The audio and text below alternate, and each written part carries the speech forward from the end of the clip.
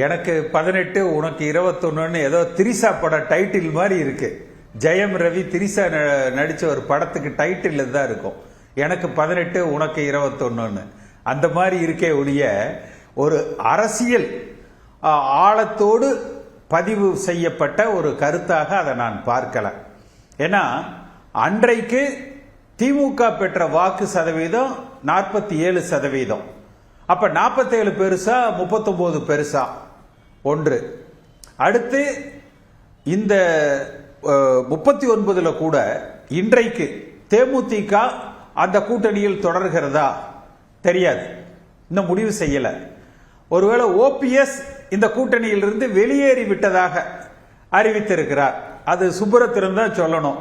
விஜய் கூட போறாங்களா இல்ல திமுக கூட போறாங்களா என்னன்னு சொல்லிட்டு தெரியல. நிச்சயமா என்டிஏ கூட இல்லைங்கிறது இன்றைய தேதி வரைக்கும் அவர்களது அறிவிப்பாக இருக்கு.